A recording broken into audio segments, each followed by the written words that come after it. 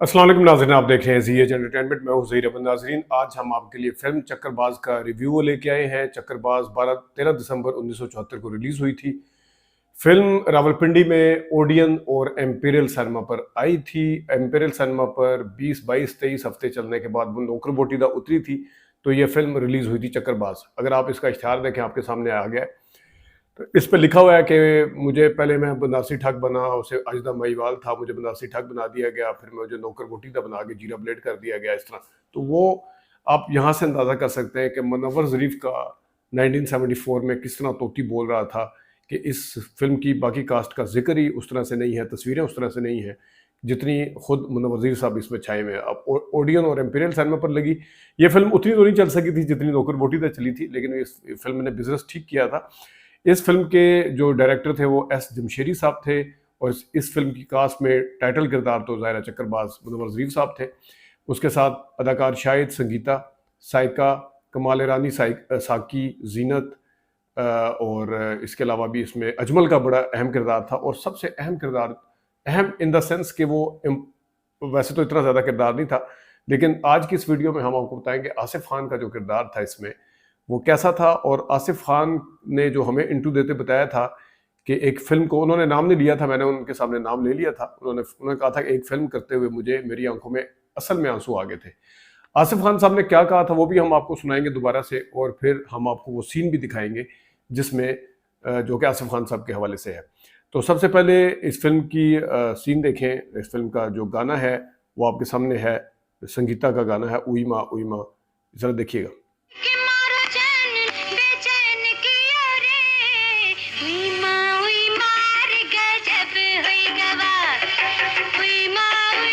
नाजरीन, इसके साथ ही एक और गाना भी है, आजकल नहीं परसों नहीं, आजकल परसों नहीं, साल नहीं बरसों नहीं, पुराना साथ है तेरा मेरा।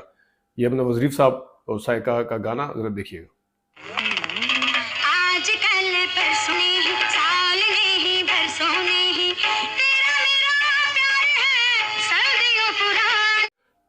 तो नाजरीन, मसूद राना और तसव्वुर खानम का ये गाना था। आगे हम आपको बताते हैं कि आसिफ खान साहब जिन्होंने जॉनी का किरदार अदा किया था, उनकी एंट्री कैसे थी इस फिल्म में, जरा देखिएगा। मैं बच्चों के कहने पर जा रहा हूँ चाचा, फिर आऊंगा। तेरा ये वार उधार रहा बाबू। तू मेरी जिंदगी है, तू मेरा प्यार है, याद रखना ये लड़की का इकरार है, गालिबन माला का गाना था। और इसमें संगीता के ऊपर पिक्चराइज हुआ, शाहिद साहब भी इसमें नजर आ रहे हैं, जरा देखिएगा।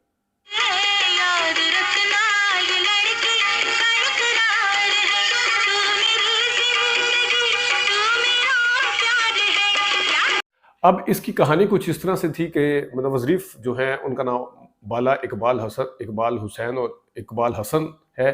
शाहिद का नाम इकबाल हुसैन है। दोनों रावलपिंडी जाते हैं अलग अलग, लेकिन जिस जगह शाहिद साहब ने पहुंचना होता है, किसी सेठ के घर में साकी साहब ने वो किरदार अदा किया था, वहाँ पे पहुंच जाते हैं मुनव्वर ज़रीफ साहब। और मुनव्वर ज़रीफ साहब और जो शाहिद साहब हैं वो गलती से अजमल के घर में, जिसकी बेटी संगीता है, वो वहाँ पे चले जाते हैं। गलती से नहीं चले जाते, उन्हें सेठ मिलता नहीं है तो वहाँ पे चले जाते हैं। अब जो साकी साहब थे, उनका शाहिद साहब के साथ जितनी दफ़ा सामना होता है, उनकी जेब कटी होती है साकी साहब की।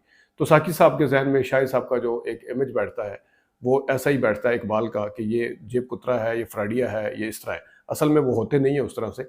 लेकिन दूसरी तरफ जो मुनव्वर ज़रीफ हैं, उनकी बेटी उन्हें दिल दे बैठती है साइका, वो होते हैं मुनव्वर ज़रीफ साहब, उनके घर में रहते हैं। लेकिन जब उन्हें पता चलता है कि उनके वालिदैन आ रहे हैं, शाहिद के असल वालिदैन वहाँ पे आ रहे हैं जहाँ पे मुनव्वर ज़रीफ गलत इकबाल बन के बैठे होते हैं, वो वाला सीन देखिएगा जहाँ पे वो गलत इकबाल बन के बैठे होते हैं। उन्हें पता होता है कि अब मेरी खैर नहीं है, तो अब वो साकी साहब को कैसे समझाते हैं कि वो लाख मना करेंगे ये हमारा बेटा नहीं है पहले से, यानी कि वो एक माहौल बना लेते हैं कि वो कहेंगे कि मेरा बेटा, क्योंकि होता तो नहीं है बेटा। तो जरा देखिएगा सीन। डैडी को खत भी नहीं लिखा, वो सख्त नाराज होंगे। मुझे यकीन है वो मुझे अपना बेटा तस्लीम करने से इनकार कर देंगे। अंकल, मैं लाख कहूंगा मैं आपका बेटा हूँ, मैं आपका बेटा हूँ, वो कहेंगे नहीं नहीं नहीं। तो उसमें इसी तरह जो शाहिद के वालिदैन होते हैं जीनत और कमाल रानी, वो भी आते हैं। और इस तरह वो जब वहाँ पे पहुँचते हैं तो वहाँ पे वज़ीर साहब तो जा चुके होते हैं, उसकी जगह कुत्ता होता है बिस्तर पे लेटा हुआ। कुत्ते को देख के कमाल रानी साहब क्या कहते हैं, ये तो कुत्ता है, ये हमारा बेटा नहीं है। ये कहाँ हमारा बेटा, बेगम क्या हमने इस कुत्ते को जन्म दिया था? देखिएगा जरा।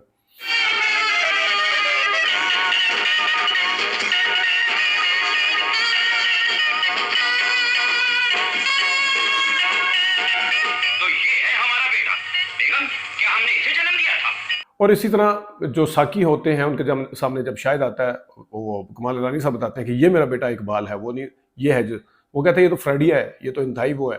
और शाहिद साहब जो हैं वो इनको, सेठ साहब को गलत समझते हैं।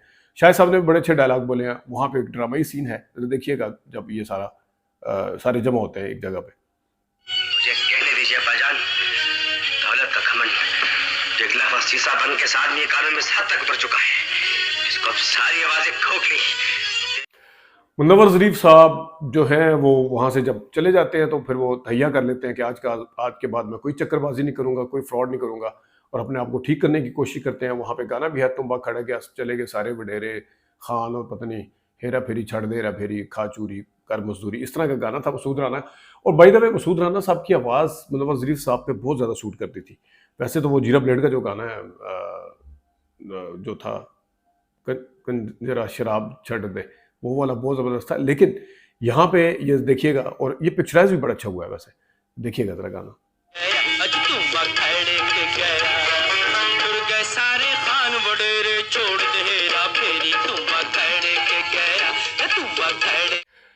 शाहिद साहब चले जाते हैं, संगीता वापस उधर लाहौर चले जाते हैं, संगीता पीछे रह जाती है। वो समझती है कि ऐसा फ्रॉड किया है या मुझे धोखा दे के चला गया। अजमल की बेटी होती है।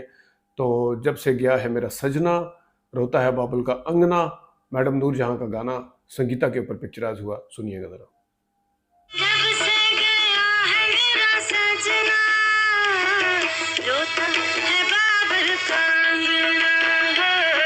लेके प्यार तेरा दिल आ गया दिलदार, आंखों में लेके प्यार आ गया दिलदार था जिसका इंतज़ार, ये गाना। और मसूद राना के साथ में मालाएं या तसव्वुर खाना में उन्होंने गाया है इस गाने को।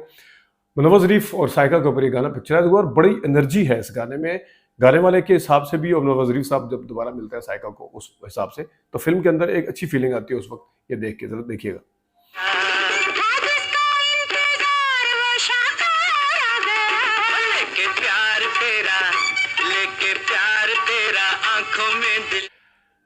शाहिद साहब जो हैं वो गाड़ी में जा रहे होते हैं अपनी वालदा के साथ, और किस तरीके से लिफ्ट देते हैं वो मुनव्वर ज़रीफ को। मुनव्वर ज़रीफ की बहन बन जाती है संगीता, जो कि शाहिद साहब की, लेकिन संगीता ने ऊपर चादर ओढ़ी होती है। वो शाहिद को देख लेती हैं लेकिन रिएक्शन नहीं देती। और मुनव्वर ज़रीफ जो हैं वो किस तरीके से शाहिद साहब को तंग करते हैं, गाड़ी किसकी है, घर कितने मरले का है, कितने कनाल का, आप कोई लिफ्ट लेने वाला बंदा इतना कुछ करे। तो वो मुनव्वर ज़रीफ ने बड़ा ज़बरदस्त ये सीन को किया है, जरा देखिएगा। मेरा मतलब आपकी कोठी अपनी है? अगर अपनी है तो कितने कनाल में है, कितने मरले में है? अगर अपनी है तो कितनी किस्तों में ली थी? अगर किस्तें आपने दी हैं तो कितनी दी थी? अगर एकदम आपने पैसे दिए? अब जब शाहिद साहब को गाड़ी, उनको तो ड्रॉप कर देते हैं, घर जाते हैं, पीछे अंगूठी मिलती है, अंगूठी संगीता ने छोड़ी होती है, वो ज़ाहिर इंटेंशनली छोड़ी होती है जो भी है। लेकिन शाहिद साहब को पता चल जाता है कि इसके अंदर वो रज़िया जो थी, सफ़रकारी थी, संगीता का नाम रज़िया होता है। तो वो दोबारा से वहाँ पहुँच जाते हैं, और वहाँ पे संगीता ने थोड़ा सा ओवर रिएक्शन दिया, क्योंकि वहाँ पे या तो अंगूठी छोड़ना मकसद नहीं था, वो थोड़ा सा यहाँ पे धोखे के हिसाब से दुख का इज़हार कर सकती थी वो दोबारा आते हैं, लेकिन थोड़ा सा यहाँ से शायद मिसकंसीव हुआ है डायरेक्टर से भी। तो संगीता का उस किरदार के हिसाब से, उस लड़की के हिसाब से ओवर रिएक्ट करना समझ से बिल्कुल बालातर है। देखिएगा जरा।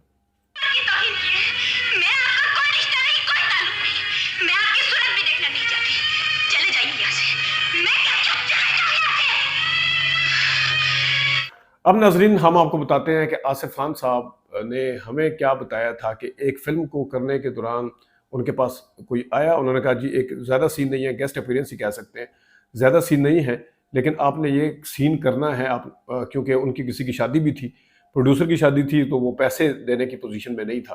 तो आसिफ खान साहब जो थे वो 74 में नए नए आए थे, मतलब अपने आप को इस्टेब्लिश कर चुके थे तकरीबन एक्शन हीरो के तौर पर। लेकिन उन्होंने क्या जब सारा कुछ सीन था, ये क्या कहा आसिफ खान साहब को और क्यों दुख हुआ था उन्हें। बल्कि बाद में मैंने अरबाज खान साहब से पूछा, उन्होंने कहा जी ये तो मेरे वालिद साहब थे, आंखों में आंसू लेके आगे, मैं होता तो मैं मारता उनको पकड़ के। वो क्या आसिफ खान साहब ने पहले क्या कहा था, फिर मैं आपको सीन दिखाता हूँ आसिफ खान ने उस सीन को लेकर क्या कहा था, सुनिएगा जरा।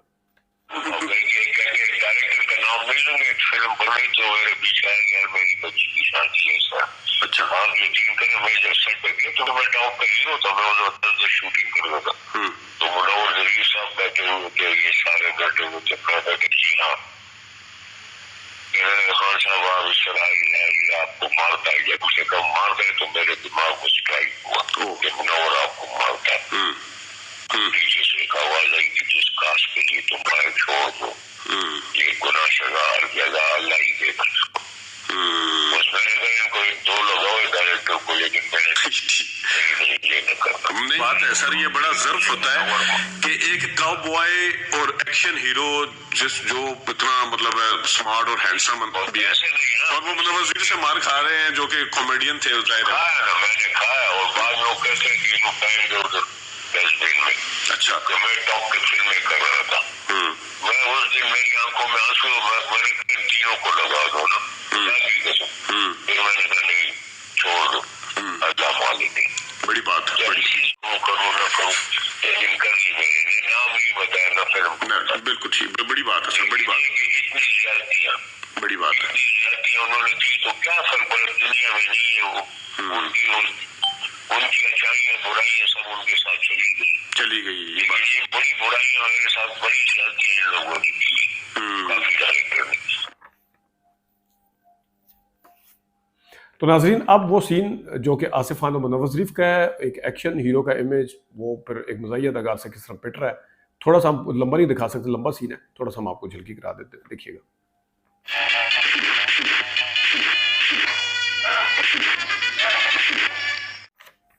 तो नाजरीन, ये वो सीन है जिसकी वजह से आसिफ खान साहब ने जो कुछ कहा वो आपने सुना।